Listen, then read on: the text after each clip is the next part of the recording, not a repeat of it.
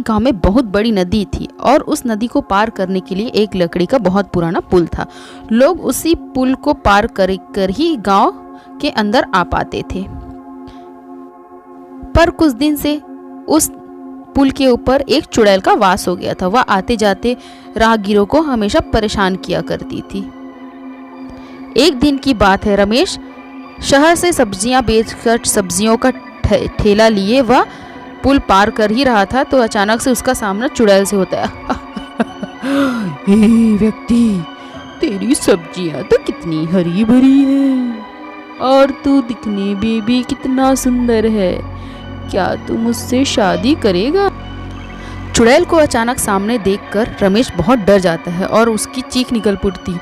अरे बाप, ये तो चुड़ैल है। लोग जो कहते थे, जिसके बारे में बात करते थे, ये वही है।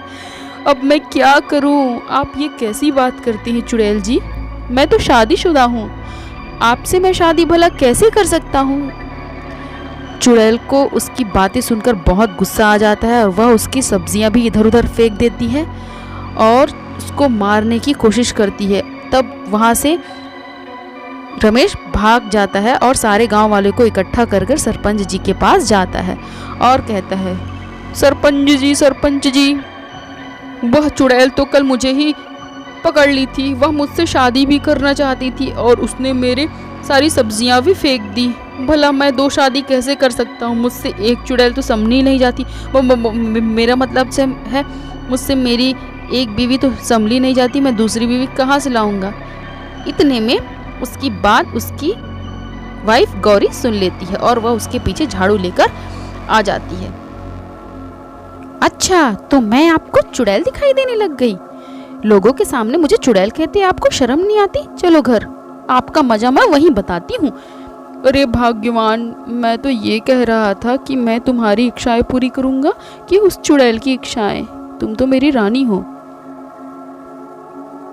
उसी गांव में सुरेश नाम का लड़का अपने गांव पढ़ाई करके वापस लौट आता है। वह अपनी दादी के साथ रहता था। आ गए बेटे तुम, मुझे तुम्हारा इंतजार था।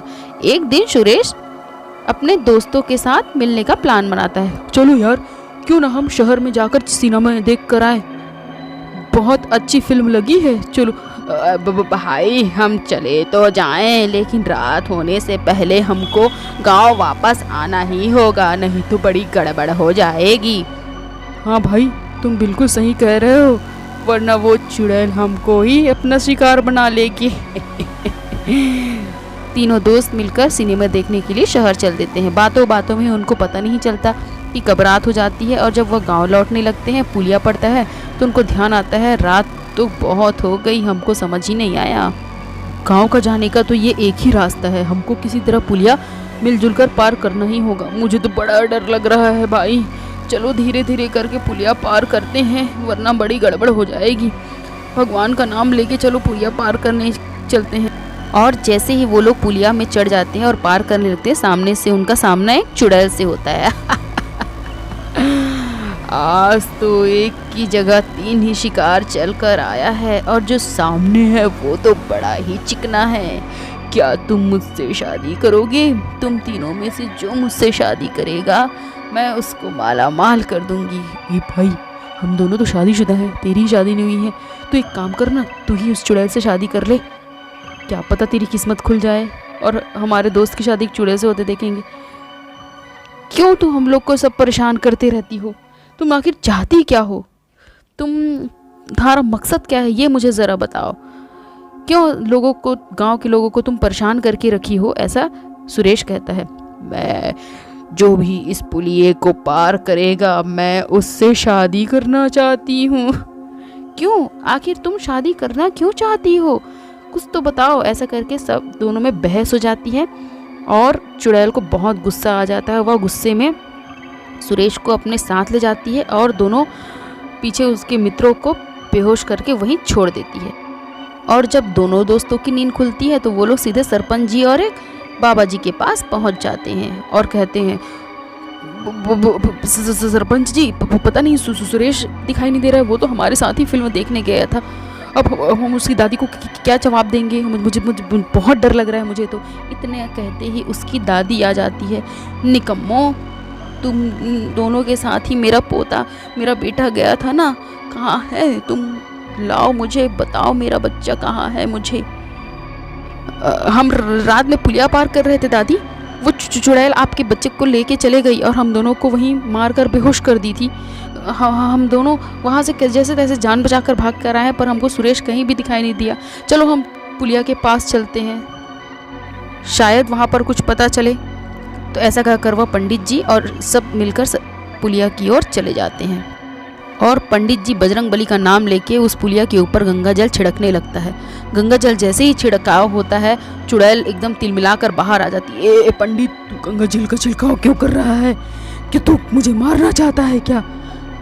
मैं तुझे जिंदा जला दूंगी, जिंदा मार डालूंगी। तू गंगा जल का छिड़काव करना बंद कर।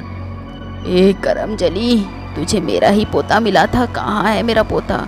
ये देख, तेरा पोता सही सलामत है और मुझे मारना नहीं। मैं कोई चुड़ैल वुड़ैल नहीं हूँ, मैं एक बहुत ही सुंदर लड़की थी और मुझे एक श्राप था जिससे मुझे मुक्ति पाने के लिए मुझे बरगद पेड़ के नीचे जाकर दीपक जलाकर तपस्या करनी थी। और तब मेरा सामना एक काली चुड़ैल से हुआ, तो मैं उसको डरने के बजाय मैं उस पर हंस पड़ी और उस काली चुड़ैल ने मुझे श्राप दिया। तब से मैं इस चुड़ैल का रूप धारण करके घूम रही हूँ और मैंने जब घर आकर देखा तो अपना चुड़ैल रूप मेरे से बर्दाश्त नहीं हुआ, तो मैं इस नदी में कूदकर जान देना चाहिए, पर जैसे तैसे तो मेरी जान बच गई और मैं यहाँ पर चुड़ैल के रूप में ही घूमती फिर रही हूँ। जो भी मुझसे इस चुड़ैल रूप में शादी करेगा तो मैं एक बहुत ही सुंदर लड़की बन जाऊँगी। मुझे तुम्हारी बात में पूरी सच्चाई लगती है चुड़ैल, मैं तुमसे शादी करने के लिए तैयार हूँ, ऐसा सुरेश कहता है। और फिर दोनों की शादी हो जाती है और जैसे ही दोनों की शादी होती है तो वह चुड़ैल एक सुंदर स्त्री के रूप में बदल जाती है और फिर दोनों, सुरेश और वो सुंदर स्त्री और पूरा गांव चुड़ैल के कहर से मुक्ति पा जाता है और दोनों सब खुशी खुशी साथ साथ रहने लग जाते हैं। कहानी अच्छी लगे तो लाइक, शेयर एंड सब्सक्राइब करिए। आज का वीडियो देखने के लिए आप सभी दोस्तों का बहुत बहुत धन्यवाद। प्लीज़ सब्सक्राइब कर दीजिए। हम जल्द ही 1000 सब्सक्राइबर की ओर आगे बढ़ रहे हैं।